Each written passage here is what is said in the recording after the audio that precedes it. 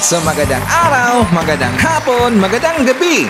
Depende ho yan sa time zone ng ating lugar at sang sulok tayo ng ating mundo sa mabuti tayo na kalagayan at walang sakit-sakit ang lahat. Sa mga kababayan nating OFW, ano kababayan natin na nandyan sa Pilipinas, mapagpalang araw sa ating lahat. Okay, so mga kababayan ko, well, tuloy-tuloy po tayo sa ating pababalita dito na mga tamang balita at sasagutin ang mga fake news na ipinapakalat ng mga fake news peddlers, na mga anti-Marcos, lalong-lalo na ng mga pulburon vloggers. Dapat lang natin silang sasagutin mga kababayan. Bakit? Kasi kapag hayaan natin sila na araw-araw po na lagi sinisiraan si PBBM at ang Marcos administration, sa katagalan, magiging totoo yan sa mata na ibang tao. So dapat lang natin silang sasagutin mga kababayan at idilibang ang kanilang mga kabulustagan. Okay? At syempre, kasama niyo pa rin si Sir Ivan, ang pinakabulol na vlogger sa balat ng YouTube, pero bibigay sa inyo ng mga totoo at mga preskong balita na kinukuha natin sa ating kapitbahay na social media. So magandang buhay sa ating lahat mga kababayan and happy Sunday sa ating lahat. Okay, so before na mag-start po ng ating balitaan ngayong araw, well, alam niyo na po mga kababayan na unahin muna natin dito sa pag-shoutout sa ating top 5 commenters doon sa ating last vlog. At dito sa listahan mga kababayan, naunguna po si Robel Ferrer Official, nandiyan po si Shane Sibal, Divina De Cuatin, Maria Cristina Manimbao, and Enging Gimentiza. And also shoutout sa ating mga channel members. As usual, sila si Mel Grace Holmes, nandiyan po si Bia Bibar, Russell Rowell, Fiz Calante, Pusong Inami, and Cosmo Defender. Igreja po natin na nag-celebrate ng birthday. Happy birthday kay Janica Gombok ng Romantic Baboy. Greetings from Sir Joseph Magalion. Happy birthday. And hi sa nephew ni Ma'am Ryan na si Mark Jensen na turning year old today. O 1 year na makaabayan. And also, ngayong araw po ang kanyang binyag. Again, hi kay Mark Jensen. Siyempre, i-greet po natin ating mga early birds. Nandyan po naunguna si Marilo Bidnarek, nandyan po si Jeff Del, Maite Baisa, Barkadahan Forever FM, Blissy Carunan, Eme Sarino, Moneth Borromeo, nandyan po si Ruth Ariula from San Diego, California, and hi to Alben, Pasita Gonzalez, Ilma Banyaga, Jelen Quezon, si Lete B, and hi to Aurora Mercado ng Mangaldan, Pangasinan, and Julian Sebel Yeha. Mga kababayan ko, ito po ating mga major topics ngayong araw. At saka una po sa ating pag-uusapan, siyempre, ito pong ginawa na vlog ni Maharlika na kung saan marami kasing nagsumbong kay Sir Alba mga kababayan. Marami silang finoward sa akin ng mga screenshots. I think mga 11 yata lahat ng sumbong kay Sir Ivan. Ito po tungkol kay Maharlika mga kababayan. And I think majority sa inyo na nalaman nyo na po yung balita na kung saan meron pong ipinakita si Hitad na isang screenshots mga kababayan. Ito daw ay alleged, di mo no, sabi niya na ito daw ay text ni Senator Amy Marcos. Yes, nung tinignan ko po ang kanyang screenshots mga kababayan, kung babasahin ho natin, talagang I'm feeling sad talaga kasi ang pangit po basahin mga kababayan. Lumalabas kasi doon sa kanyang screenshots na message daw yun from Senator Amy Marcos. Lumalabas doon na parang itinakwil na niya si PBBM mga kababayan at talagang siniraan po doon talaga si PBBM. Galit na galit po si Senator Amy Marcos mga kababayan. Sabi ni Hitan, yan daw ay text ni Senator Amy Marcos. Okay? So ngayon, siyempre, maraming nag-message sa atin. So, I'm digging deeper mga kababayan. Nag-imbestiga si Sir Ivan. Napunta ako doon sa ibang mga vlogger. I think mga 7 yata lahat ng mga vloggers. Pati nga yung vlogger na Pink Clown mga kababayan. Kasi nga, kinaber nila ito pong screenshot ni Maharlika na text daw ng Senator Amy Marcos. So, bakit ako naglibot-libot? Kasi naghanap ako ng mga informations na kung saan na I'm hoping po na makakuha ko ng informations na pwede ko ditong ipang-rebat kay Hitad mga kababayan. But unfortunately, medyo nakulangan lang si Sir Ivan ng kanilang mga informations na nakuha at saka pinang-rebat dito kay Hitad. So, ang ginawa ko mga kababayan, binalikan ko lang po yung vlog ni Hitad at saka binalik-balik ko pa 3 times. Binalik-balik ko pa yung 3 times until from the start, until doon sa ipinakita niya na ang kanyang screenshot mga kababayan.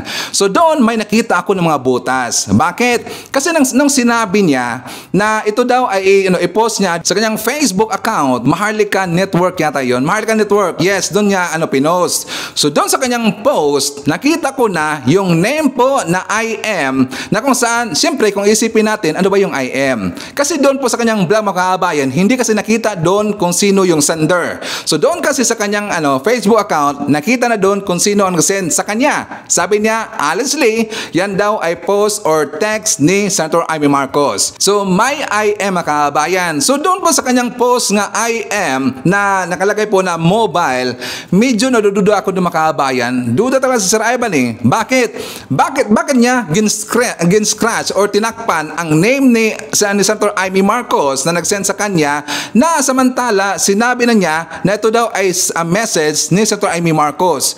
Doon pa lang mga kabayan, nagduda na si Sir Ivan. So doon rin, hanggang binasa ko lahat yung messages para maintindihan ko lahat, may napansin si Sir Ivan. Actually, 4 po ang butas na nakita ko na ako'y sigurado dito na ito po ay 101% na fake news at gawa-gawa na ito ni Hitad mga kabayan. Bakit Sir Ivan? Siyempre, explain natin yan mamaya. At saka dito po sa mga sa mga haters si Sir Ivan at saka viewers po ni Hitad, well, hear me out first. Then after that, after ko i-reveal sa inyo yung aking nakalap na informations at saka base po sa aking analysis, then you decide kung mali ba si Sir Ivan. Deal? Okay, so syempre pag-usapan rin po natin ito rin nangyari sa SMNI mga kabayan.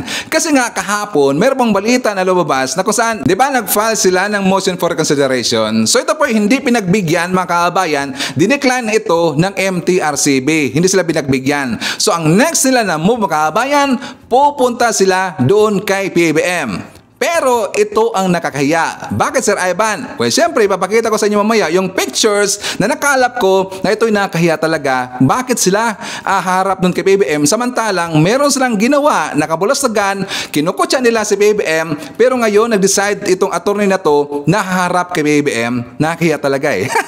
At saka pag-usapan rin po natin. I think alam nyo na po na merong nag-viral, di ba, doon po sa Senate hearing na doon po kay Senator Raffy Tulfo na kung saan, di ba, meron siyang sinigawan at saka ipinahiya po na isang bilyonera makabayan. I think alam nyo na po, yung tungkol dito sa issue ng DMCI na kung saan ang yung chairman po ng DMCI na bilyonera na si Isidro Kasunji pa siya ang pangalan niya. At syempre, pag-uusapan rin po natin si Abel Bacodio kasi meron pa akong na-discovery sa kanya makaabayan. Na despite po dito sa mga paninira, kasi marami pong nakita nun makaabayan na tinawag niya na scammer si Abel Bacodio. Siguro maabot po na ngayon ng mga milyon yata nakita nun kasi nga doon pa lang sa post po niya ni Hitad, umaabot kasi yun ng mga 200,000 plus na viewers doon po sa kanyang ibang account. Marami rin po makaabayan. At saka aside from that, doon rin po sa mga ibang vloggers. So all in all, most probably, ang nakita nun halos aabot po ng million makaabayan. Pero hindi ho yan umepekto. Bakit Sir Ivan? Kasi meron kong na-discovery dito kay Abel Bacodio makaabayan. At syempre, marami pang iba. Well, alam nyo naman po si Sir Ivan. Palagi tayo maradalan ba ng pasabog every time na maglalabas tayo ng mga bagong balita dito sa ating channel. Okay, so before na mag-start mga kababayan, well, syempre, kukumustahin ko muna kayo at saka shoutout natin ang ating mga pinalangga po na mga legends, ang ating mga senior citizen. Hello po, kumusta? I'm hoping po na nasa maayos kayo na kalagayan. Kukumustahin rin natin mga kababayan ang mga pinalangga natin na mga Marcos Loyalists. At syempre, nandyan rin po mga kababayan nating DDS all over the world. Harder na mga kababayan, lalong-lalo na. Maraming salamat sa Unity Team supporters. Thank you so much sa mga returning viewers, mga supporters to Sir Ivan, mga Sukis Ting Channel, thank you so much at maraming salamat sa mga viewers na hindi nag-skip ng ating mga commercials. Thank you so much. At syempre mga kababayan, welcome rin po natin ating mga new subscribers, mga bagong pasok sa Ting Channel. Welcome to the family and thank you po for appreciating our channel. Ayan, so before tayo pupunta doon sa mga mainit na mga balita, mga issue po ng mga kamaritusan ng ibang mga vlogger mga kabayan, well, dito muna tayo sa good news na kung saan ngayong araw na po yung Bagong Pilipinas Kick-Off Rally dyan sa Quirino Grandstand sa Luneta mag-uumpisa na mamaya mga kabayan. At sa nakita ko po na busy yung mga artists na mag-perform doon, mga performers. Actually, pupunta doon sa mga kabayan si Andrew A. Mismong post po sa kanyang Facebook account, pinost po ni Andrew A na siya isa doon sa mga performer. Pupunta rin po doon si Jose Manalo, si Wally Bayula. So yung meron pong dalawa na na banda mga kabayan, nakalimutan ko lang name eh. Basta marami po mga performers na punta doon. So maganda ito, bibong-bibo mga kabayan, at saka expected dito na aabot po na 200,000 na attendees ngayong araw pupunta doon sa Bagong Pilipinas Kick-Off Rally dyan sa Quirino Grandstand mga kabayan. So for more details, let's watch this. Inaasahang nasa 200,000 ang dadalo sa Bagong Pilipinas Kick-Off Rally sa Maynila. Target ng event na hikayatin ng publiko na tumulong para isulong ang pagbabago sa bansa. Yan ang ulat ni Kenneth Pasyente. Kasado na ang inaabangang Bagong Pilipinas Kick-Off Rally na pangungunahan mismo ni Pangulong Ferdinand R. Marcos Jr. Ngayon pa lang, pinaplansya na ang venue. Mula sa naglalakihang LED screen monitor, ang mga barikada, kiosks at maging ang mga performer, todo practice na.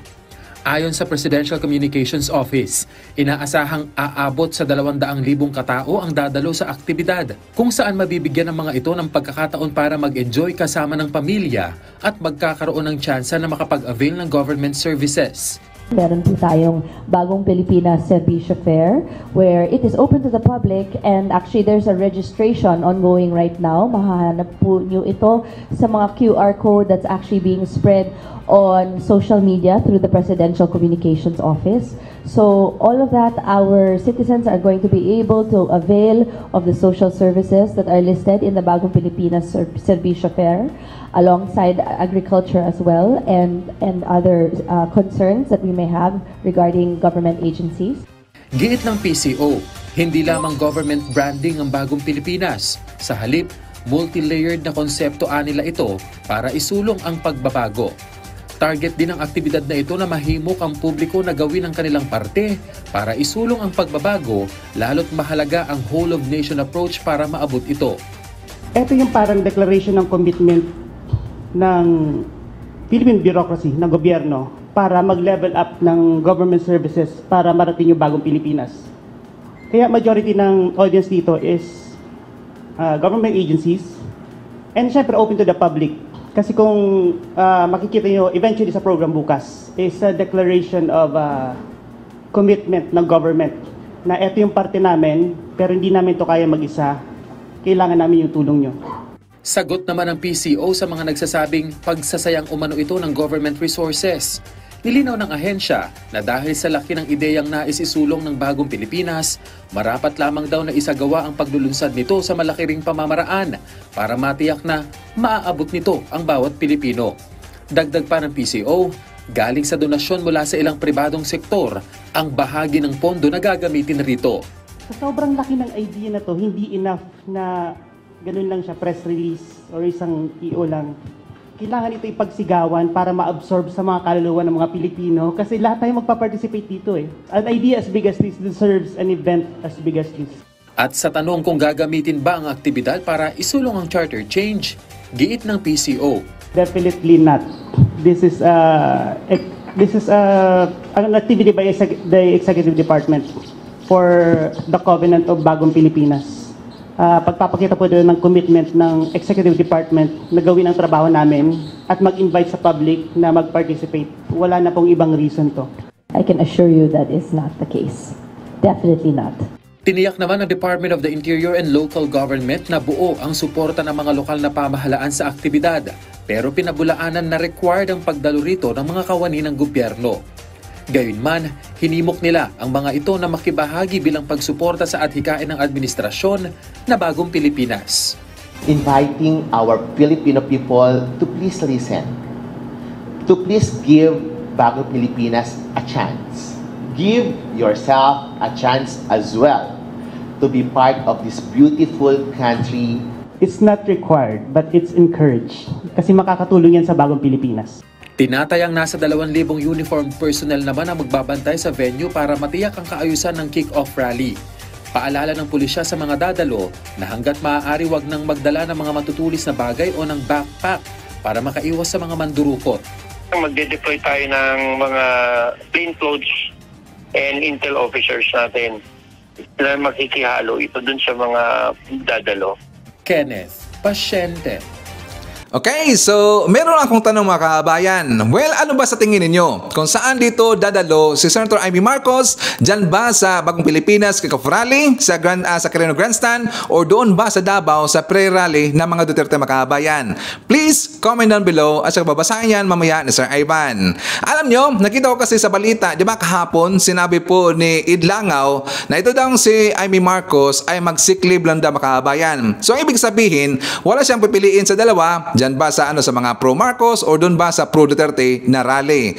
Pero nakita ko rin po sa isang reporter kanina na kung saan sabi kasi ni Senator Amy Marcos na tingnan na lang daw kung saan siya pupunta sa dalawang kabayan. So ibig sabihin, meron talaga siyang pupuntahan either diyan ba sa Quirino Grandstand o doon ba sa Davao City kabayan. So hintayin natin, pero siyempre gusto ko rin po makita ang inyong guess kung saan ba dadalo si Senator Amy Marcos. Okay? So jump rin po tayo sa ibang balita na kung saan dahil napag-usapan na natin yung Bagong Pilipinas Serbisyo Fair, doon rin po sa Zambales Makabayan nakaroon rin doon, which is talagang dinagsa po ito ng 80,000 mahigit na katao na napunta doon sa Bagong Pilipinas Serbisyo Fair Makabayan. So for more details, let's watch this. Dinagsa ng mga kababayan natin dyan sa Zambales ang inilunsad na Bagong Pilipinas Serbisyo Fair ngayong araw, kung saan sabay-sabay na ipinamahagi ang tulong at serbisyo sa magkakahiwalay na lugar sa probinsya.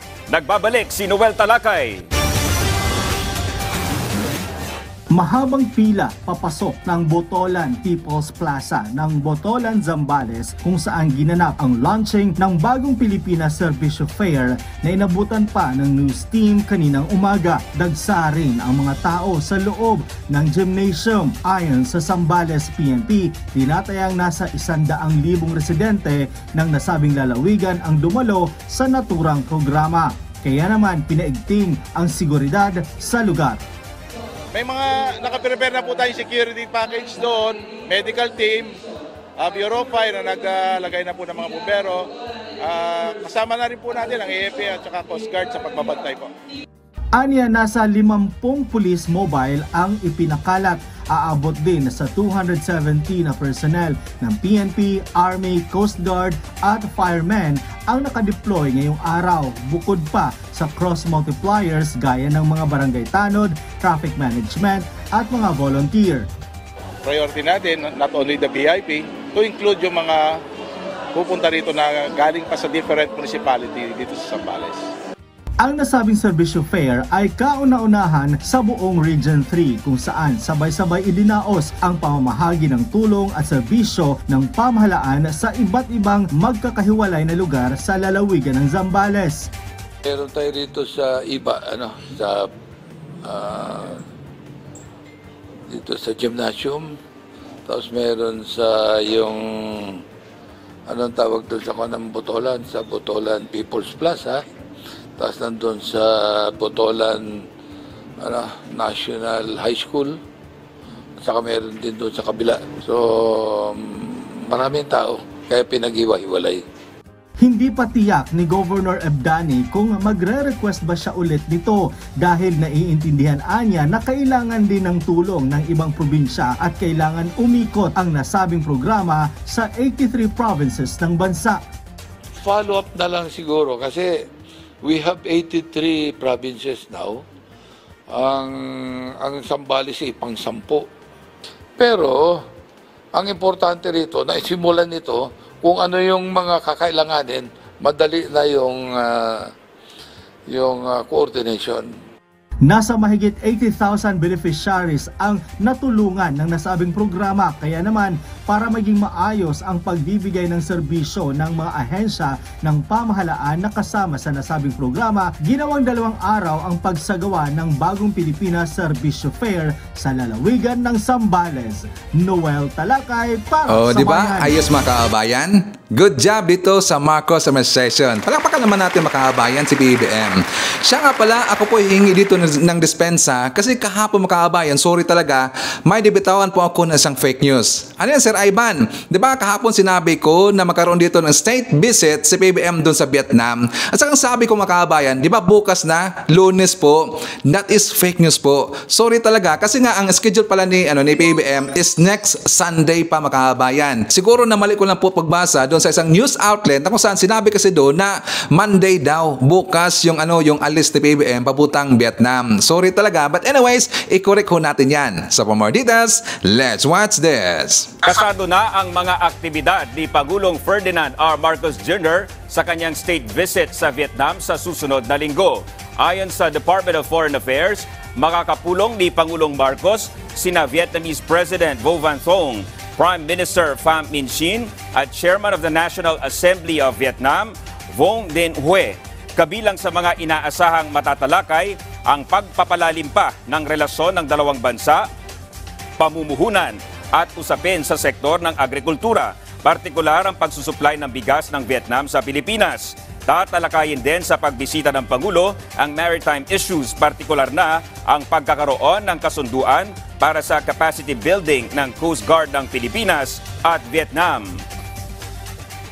Maritime agreement that was, I think, the subject of a news article recently is actually an agreement between the Coast Guards of both sides.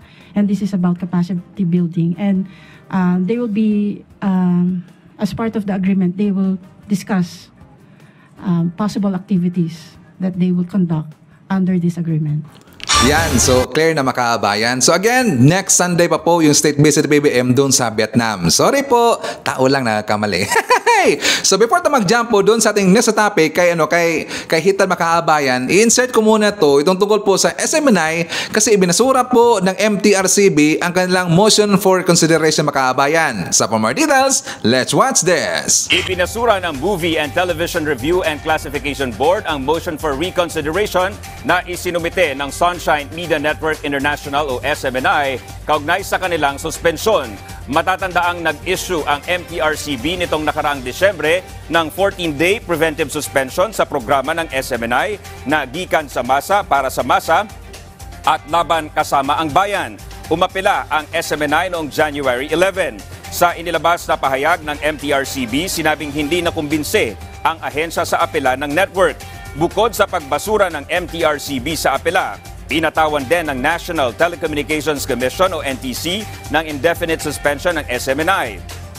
Pero ayon sa legal counsel ng network, iaapela nila ang cease and desist order mula sa NTC at nanindigan na sinunod nila ang suspension order ng ahensya. Okay, so kung napapansin nyo po, di ba ang naunguna po na abogado dyan, si Attorney Mark Tolentino Makaabayan, siya po yung naunguna dito sa pag-apila po ng motion for consideration para dito sa SMNI. So ngayon, dahil nga nag-mission failed sila, binasura po ng MTRCB, ito ngayon ang plano ng Makaabayan. So ayon dito sa balita, SMNI idudulog ang kaso kay PBBM. Take note, si Attorney Mark Tolentino po ang naunguna dyan.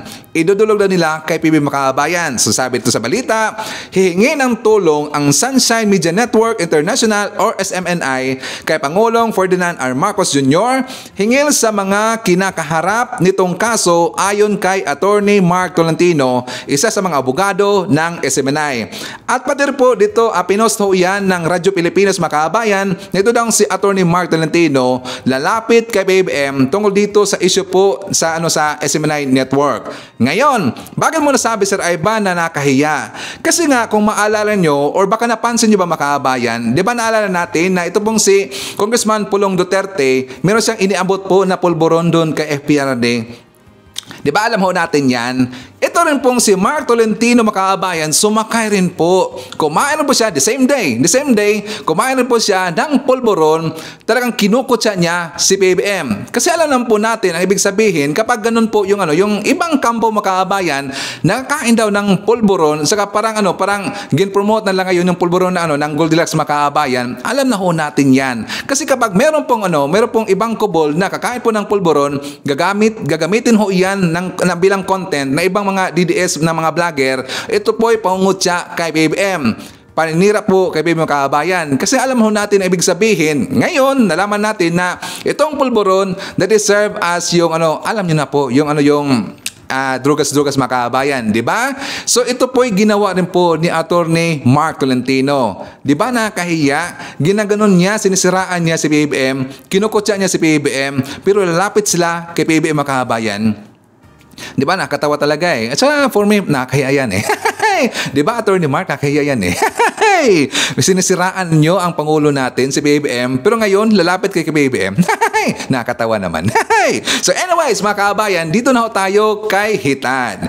Kasi nga, introhan ko lang muna ito. Saka pasensya talaga. Alam ko, majority dito sa ating mga viewers na talagang masusuka po kapag makikita nila itong si Hitan na ipa-play ko ito, mga kabayan. Pasensya talaga. Kasi nga, marami pong nag-request dito at kailangan po nating sasagutin, i-debunk itong si Hitan, mga kabayan. Okay, so introhan natin. Ayaw ko lang ipakita, hindi ko lang po ipakita dito yung intro ng kanyang vlog. Kasi sabi niya doon, mga kabayan, na si Senator Amy Marcos, August pa lang po, talagang kinuntak na niya itong si Senator Amy Marcos, nanghingi siya ng mga informations at tinanong daw niya tungkol dito sa issue na nangyari dyan sa gobyerno natin. Pero hindi po nag-reply sa kanya si Amy Marcos, makabayan. Hanggang dumating na po ng October, ito po intro po ng vlog ni Hitan at alam ho yan ng mga viewers ni Hitan, makabayan. So hanggang dumating daw yung October, hindi pa rin po nag-reply sa kanya si Senator Amy Marcos. So hanggang dumating po last year, yung December 2023, hindi pa rin po nag-reply sa kanya si Senator Amy Marcos. At yan po inamin po ni Hitan, makabayan. So sabi pa nga niya sa kanya mga viewers na bigyan daw natin ng chance at saka palugit pa ng ibang days si Senator Amy Marcos. Baka siguro daw, sabi na, hopefully daw, in coming days na matauhan na itong si Senator Amy Marcos. So hanggang dumating na po yung time, kahapon, makabayan, nag-message na sa kanya itong Senator Amy Marcos. Pero may napansin si Sir Ivan. Kung ano yan, i-play muna natin ang kanyang vlog, makabayan. So for more details, let's hear this. Sinabi ko nga sa inyo, mga palangga, Agosto pa lang, before ako nagsalita, I message Senator Amy na sabi ko ano ang nangyayari dito sa gobyerno ng kapatid mo. Bakit si Ahas, si Lisa, ganito, ganyan. Kaya nga sabi ko kay Senator Amy dito sa vlog na ito, sabi ko sa kanya, kailangan mong magsalita kung ayaw mo madamay dito. At ngayon, today is the day na nagsalita siya at talagang pinangalanan niya na ang kanyang ang pinsan niyang Mandorobo. So ngayon, mga palangga, matinding laban ito. And I hope matapos na to, Senator Amy. So, my text messages, ay message lang pala, isa lang, na galing mismo kay Senator Amy. Okay?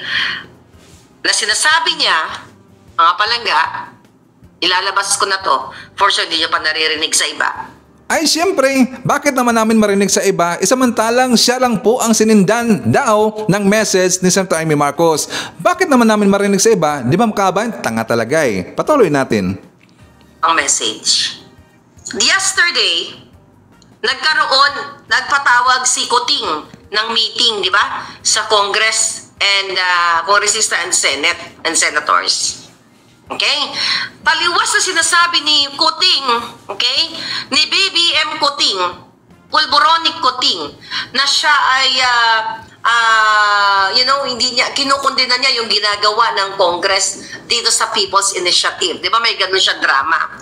Ang totoo pala, mga palangga, kahapon, nung nag-meeting ang Kongreso at Senado, nandoon na nga si Tambalos kasama na ni Kuting, tapos pumunta sila Senator Amy doon at dismayados siya at ang ibang mga senador kasi the intention pala nitong People's Initiative na hindi People's Initiative kundi initiative ni Coting, ni Lisa at ni Tambaloslos mga palangga. Ito ang eksaktong message ni Senator Amy. Traumatic yung meeting kay Teka lang, duda ako doon makaabayan. Bakit Sir Ivan? Di ba sabi niya, last August pa niya kinontak si Senator Amy Marcos. October, hindi pa rin hindi pa rin nag-reply. Hanggang December, hindi pa nag-reply. Ngayon nag-message kanina or kahapon makaabayan.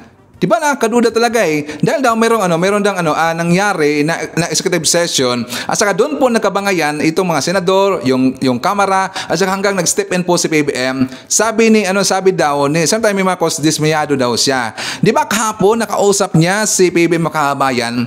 Nakausap po ng Senator Amy Marcos at saka nagkaayos na lahat makaabayan kasi nga naintindihan nila yung ibig sabihin po ni PBM. Diba? Tas ngayon sabi niya na dismayado daw si Senator Amy Marcos. Doon pa lang problema talaga eh. Patuloy tayo. PM kanina. Kunwari, wala siyang alam. Okay? Galing to sa text message si Senator Amy. Kunyari daw, walang alam yung kapatid niya sa People's Initiative.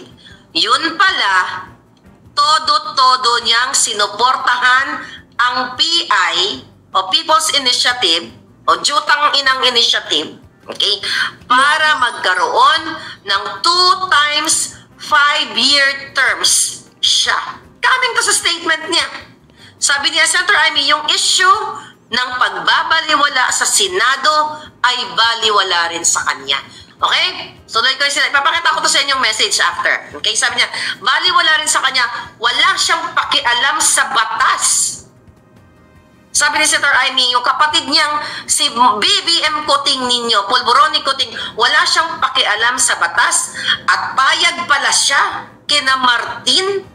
Okay? At sa PI na magpapanatili sa kanya sa posisyon ng 10 taon at mahigit pa, nakakahiya. Sabi niya, kung ano ang binatikos sa ama ko, mas malala pa ang gagawin niya. Traidor siya sa konstitusyon, traidor siya sa bayan, traidor siya sa aming pamilya, hindi ko na siya kilala. Higit hindi siya maaaring anak ng ama ko. Statement of Senator Amy. And here, mga palangga, ayan po, ayan yung message. Okay? Ayan. And then, ito. Alright. Ayan, screenshot it. Okay, so dyan po sa kanyang ipinakita mga kababayan, di ba hindi natin nakita yung name po sa sender? Hindi po. Pero until sabi niya na ipopost daw niya doon po sa kanyang Facebook account, doon po sa Maharlika Network mga kababayan. Okay, so babalikan natin. At saka may tanong po si Sir Ivan. Naniniwala ba kayo na yan po ay sinabi ng Senator Amy Marcos? Di ba ang pangit po pakinggan mga kababayan? Lumalabas kasi dyan na ito po itinakwila po ni Amy Marcos itong si PBM. At saka marami siyang nabasa doon, marami siyang nabanggit doon na kung saan ito po ay nagpapatunay na ito talaga ay fake news mga kababayan. Ano napansin mo Sir Ivan? Okay, so pupuntahan mo natin yung account po ni Hitad na kung saan dito muna sa post niya sa kanyang Facebook account na kung saan sabi do, please share. Ayan na, galing mismo kay Senator Amy na traidor sa Constitution, traidor sa bayan, at traidor sa pamilya ang pulboronic niyang kapatid. Sabi niya, get up, speak up, and pick him up. Pick him up, hindi naman pukpok yun, Hitad. Ikaw naman yung POK 2 times eh. Pick him up. So anyways, kung dito mapapansin nyo po na nakita na natin yung name, yung account name kung sino ang nag-send sa kanya kababayan. Pero ito po yung nilagyan niya ng scratch. In-scratch ito para hindi makita yung buong name kababayan. Pero it does not make sense. Bakit niya lagyan po ng scratch? Samantalang sinabi niya na Amy Marcos makababayan, di ba yung initial name sa una ay M. So ngayon, may napansin po si Sir Ivan. Well, itatanong ko muna dito mga kababayan. I am very sure lahat po ng mga loyalista, lahat po ng mga Marcos supporter, alam na alam niyo po kung anong tawag ni Senator Amy Marcos kay PBM. Ano ba mga kababayan? What do you think? Please comment down below. Yung pinaka-common at laging ginagamit po na pangalan kapag babanggitin na niya ang kanyang kapatid mga kababayan, si PBM. Please, i-comment nyo dyan sa baba. Okay, so ipapakita ko sa inyo aking napansin. Unahin mo natin dito yung word po or pangalan na BBM. Yung sa una mga kababayan. BBM ang nakalagay dyan. Diba sabi niya, traumatic yung meeting kay BBM kanina.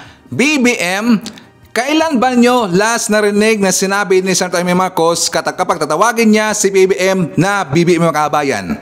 Di ba ang common po na tinatawag niya doon kay BBM ay bungit, ading, kapatid, president, at saka bongbong? Di ba yung 5 makabayan? Yan po ang pinaka-common. Correct me if I'm wrong. Di ba? Bungit, bongbong, ading, kapatid, at saka president. Yan lang po ang tangi niyang ginagamit makabayan. Hindi po gumagamit ng BBM si Senator Amy Marcos. Kahit doon i-review natin sa kanyang mga vlogs, sa mga interviews, di ba ang ginagamit niya yung 5 makabayan? Pero bakit BBM ang nakalagay dito?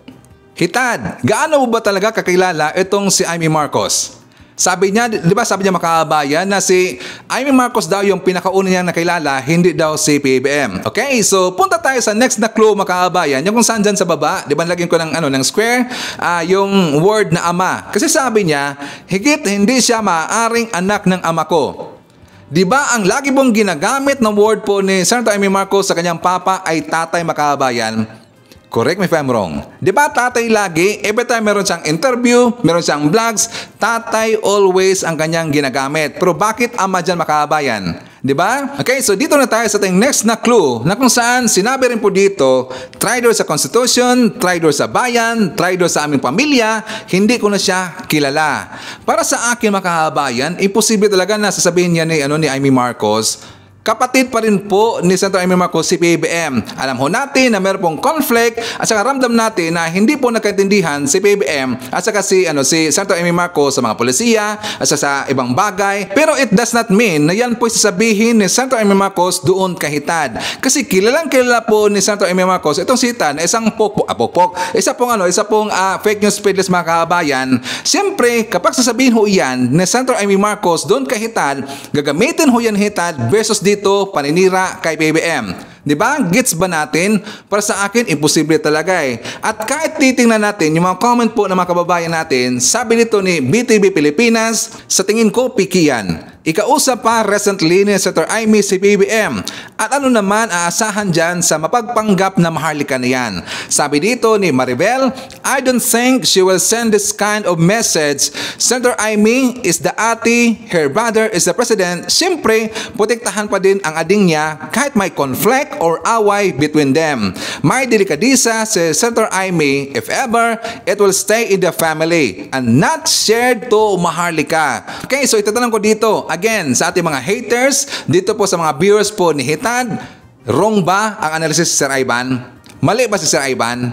Please comment down below. So for me, ang conclusion ko dito makabayan, yan po ay 101% na gawa-gawa lang po ni Hitad makabayan. Di ba? Coincidence talaga eh. Coincidence, nag-message sa kanya si Senator Amy Marcos kahapon after po sa statement doon sa ibang network. Di ba? Nakaduda talaga eh. Ito si Hitad, pasaway talaga eh. Pero ito po ang hindi fake news. Okay? So ibabalita natin makabayan, insert ko po dito si Abel Bacodio dahil despite po sa mga paninira po ni Hitad dito kay Abel, well, hindi umipikto makabayan. Bakit? Mas lalo pong sumikat si Abel Bacodio. Kasi meron pong dumaan sa aking wall makabayan na kung saan may nagpost kasi.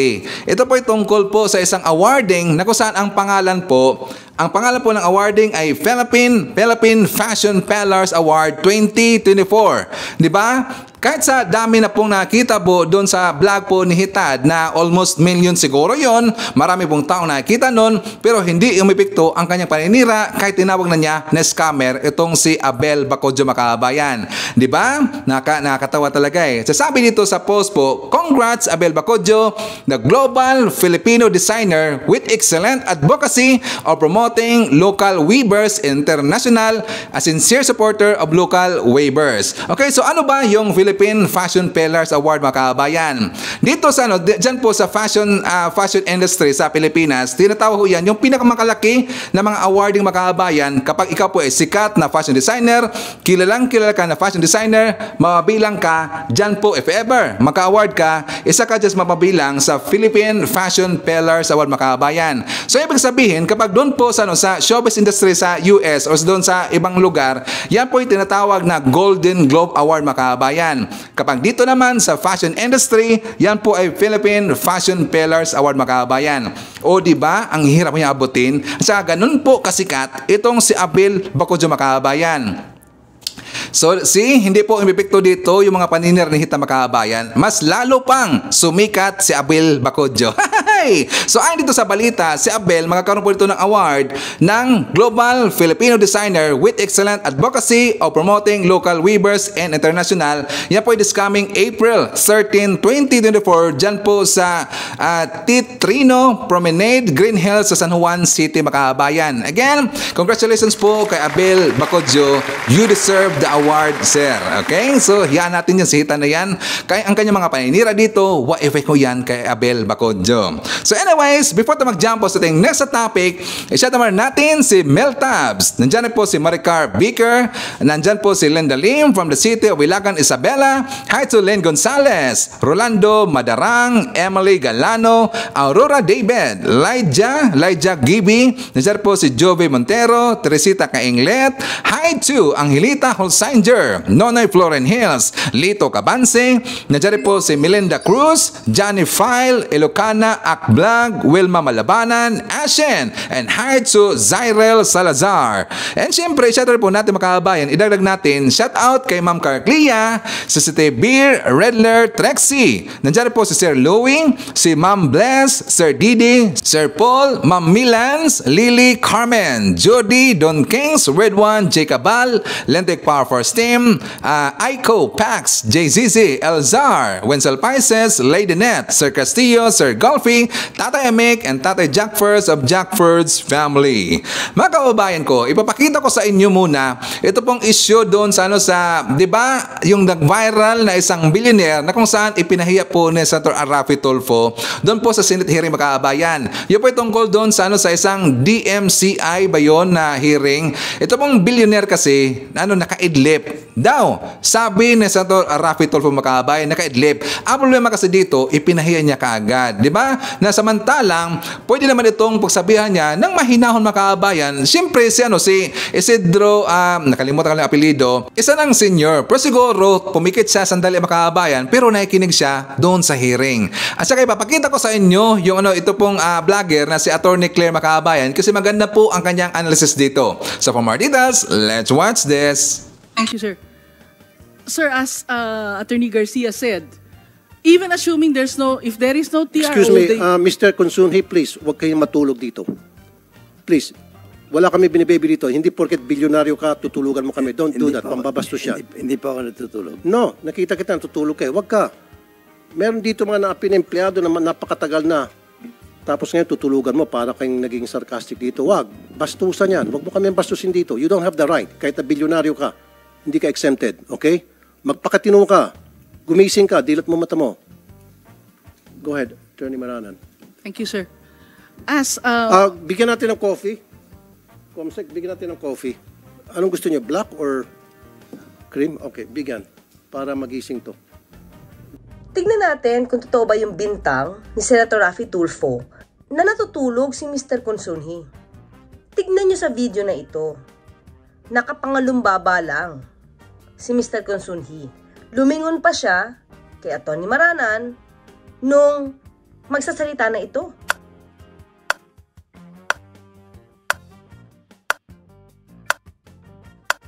Mr. Consunhi, please, huwag kayong matulog dito. Please, wala kami binibaby dito. Hindi porket bilyonaryo ka, tutulugan mo kami. Don't do that, pambabastos siya. Hindi pa ako natutulog. No, nakita kita, natutulog kayo. Huwag ka. Meron dito mga naapin na empleyado na napakatagal na. Tapos ngayon tutulugan mo para kayong naging sarcastic dito. Huwag. Bastusan yan. Huwag mo kami bastusin dito. You don't have the right. Kahit na bilyonaryo ka, hindi ka exempted. Okay? Magpakatino ka. Gumising ka. Dilat mo mata mo. Go ahead, Attorney Maranan. Thank you, sir.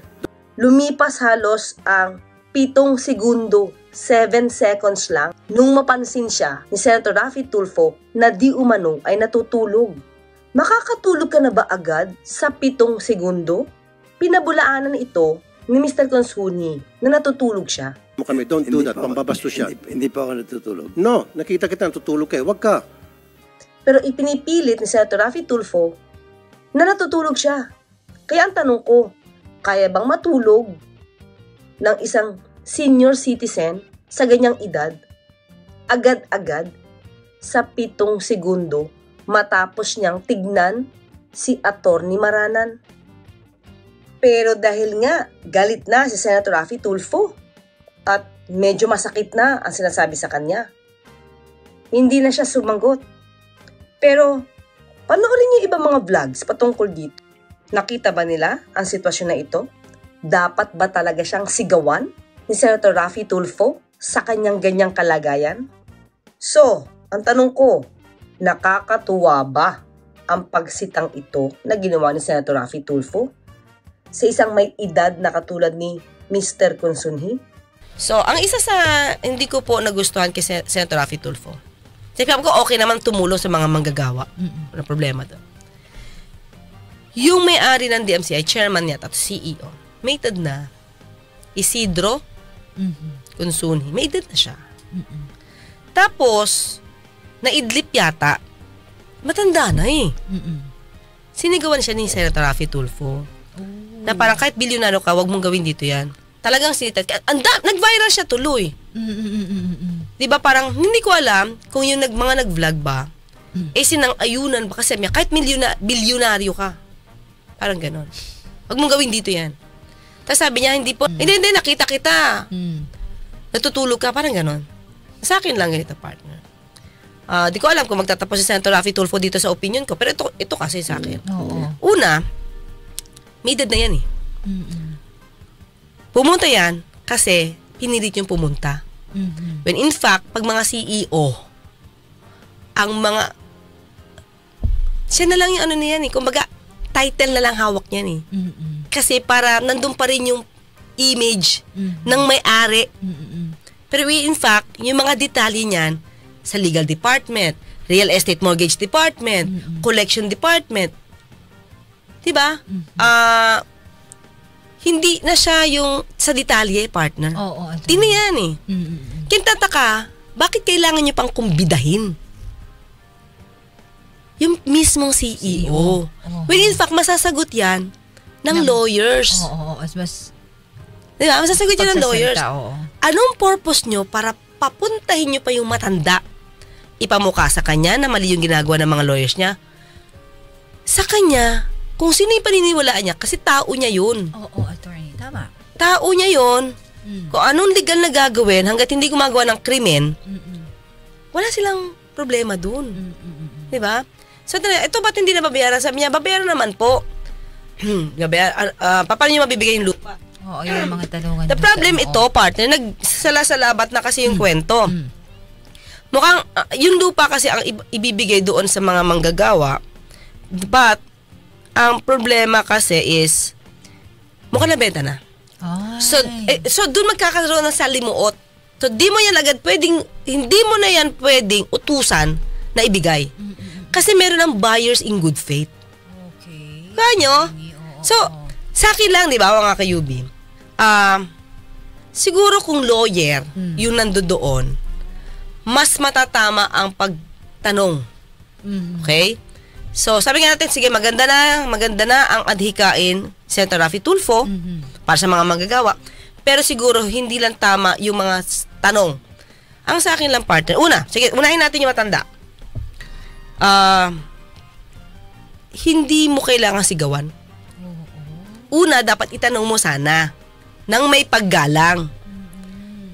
Sir, or Mr. Consunji, nakita ko po kayong nakapikit yung mata. Meron ba kayo nararamdaman? May tanda na kasi siya eh. Diba? May nararamdaman ba kayo? Kasi hindi mo alam kung sugar ba niyan maayos, yung blood pressure ba niyan maayos. Tama. Diba? Diba, yung mga may edad, talagang, yun eh. Diba? Tatanda rin tayo. Correct. Diba? So, ang wish ko, sana hindi natin maranasan to. Yung ganitong klaseng pagsigaw, pag may makauugod-ugod na ako, biglang, hoy, matanda ka. Diba? Hoy, huwag kang bastos dito. Sana hindi lang. So, yun lang yung wish ko. Sana hindi niya na ginawa, lalo na yan, on air. Diba? Kasi may mga side comments kasi na, kahit bilyonaryo ka pa. Bakit kailangan unnecessary. Ano bang meron dun? Diba? Pwede ba naman, sir, bawal po dito ang umidlip. May nararamdaman po ba kayo? Kasi kung may nararamdaman kayo, ano muna? Pahinga muna kayo. Tubig. Tama, attorney. Sana, how I wish ganon. Oo, tama po. Diba? So, hindi ko alam kung mga human, madami ko kasi kung nakita nag-vlog, hindi ko naman napanood. Hindi ko alam kung ikinatuwa nyo ba na ganon ang ginawa. Kasi sa title, parang tinawag na bastos. Ang bilyonaryo. Parang, ang tanong ko lang, tama ba? Kasi, kung sa isip nyo tama yan, marami nang gagayang ganyan. Diba? Kasi yan na yung nakikita nating trending. So, yun lang sa pangalawa. Yun yung issue ko sa kanya. Sana kasi, kung tatakbo siya sa mas mataas na posisyon, ganun. Dapat alam niya.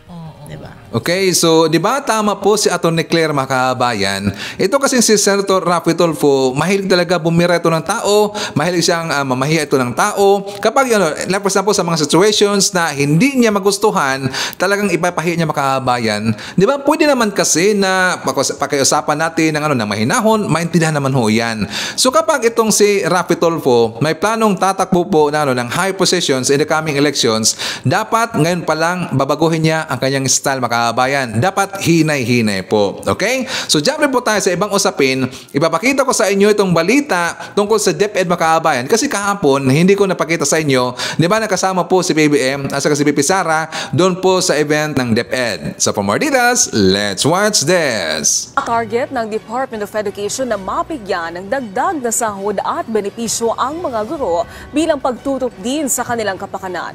Inihayag yan ni Vice President Sara Duterte sa pagdaraos kahapon ng Basic Education Report kung saan pinuri ni Pangulong Ferdinand R. Marcos Jr. ang mga pagbabago sa sektor ng edukasyon. Si Kenneth Pasyente sa sentro ng balita. Sa kanyang Basic Education Report ngayong taon, inilatag ni Vice President at Education Secretary Sara Duterte ang mga napagtagumpayan at mga plano pa nito para sa pagpapabuti pa ng edukasyon sa bansa. Kabilang narito ang pagpapatayo ng mga karagdagang classroom na isa sa mga hamon sa DepEd. Anya, mahigit 3,000 silid-aralan ang naipatayo habang nasa 6,000 naman ang kasalukuyang tinatapos ang konstruksyon. 811 classrooms are already under procurement. By the end of the first semester of 2024, we hope to complete the construction of at least 4,000 classrooms. We have also finished 4,542 classroom repair projects, and currently there are 3,428 being repaired and another 5,896 classrooms are to be repaired soon. Kabilang din sa inireport ni VP Sara ang paglulunsad ng National Learning Camp na nakapaloob sa Learning Recovery Program ng DepEd. Gayon din ang Catch-up Friday para mapagtuunan ang pagbabasa ng mga estudyante. Naging tutok din anya ang DepEd sa digital infrastructure, partikular sa pagbibigay ng internet connection sa mga paaralan sa bansa. 305 schools have been given fiber internet connectivity while satellites have been delivered to 2,000 public schools nationwide. As we continue to pursue ICT-assisted learning, we are also continuously providing e-classroom packages, laptop packages, and digital literacy training to improve learning, teaching, and learning outcomes. To date, the department has procured 4,067 e-learning card packages, 337 smart TV packages, 2,366 teaching packages, and 3,161 non-teaching packages. Pero ipinunto ni VP Sara na isa sa mga tinutukan at patuloy na tututukan ng kagawaran ang kapakanan ng mga guro. Kaya naman ibinahagi niya sa kanyang report na tuloy ang pagsisikap ng DepEd para ibigay ang mga benepisyo ng mga ito, gaya ng teaching overload pay, overtime pay, service credit, at pagdaragdag sa leave credits ng mga ito na gagawin ng 30 mula sa dating 15 lamang. Kasama na rin dyan ang pag-aalis sa kanilang admin tasks na matagal nang hinaing ng mga guro. Katunayan, nakatakdang ilabas ng DepEd ngayong araw ang department order na nag-aalis sa administrative tasks ng mga guro. To ensure its effective implementation, along with the filling up of 5,000 administrative personnel for 2023 and another 5,000 administrative personnel for 2024, we will also be providing additional MOOE to enable our schools to hire the necessary administrative support staff. Pinuri naman ni Pangulong Ferdinand R. Marcos Jr. ang achievement ng DepEd sa pamumuno ni VP Sara at ipinahatid ang kanyang positibong pananaw sa kinabukasan ng edukasyon sa bansa. I'm happy to note that this report, the Basic Education Report, is candid, clear, comprehensive, and I think you will agree, quite compelling.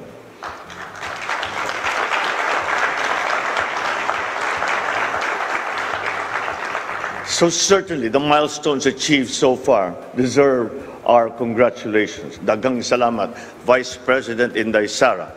Your stewardship for the biggest agency with the largest constituency and, I would say, the most difficult mandate.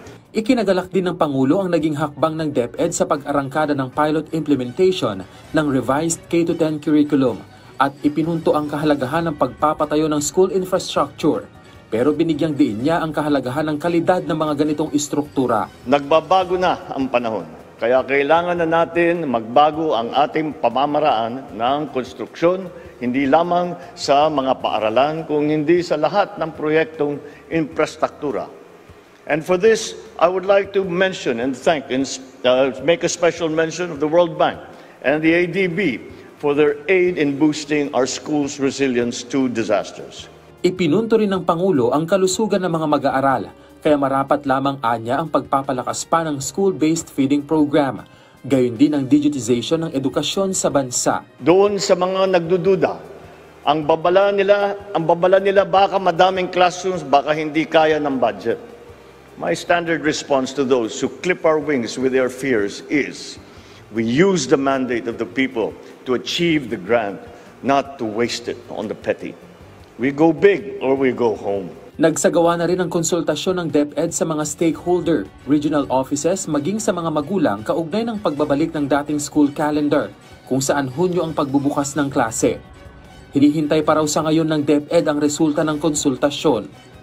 Kenneth Pasyente. Okay, so yan po ating manakalap ng mga balita ngayong araw. Kung nakaabot ka po sa portion na to, sana nakapag-like na ho tayo. Libre po ang mag-share, libre din ang mag-subscribe. Again, maraming salamat sa mga viewers na hindi nag-skip ng ating mga commercials. Thank you so much.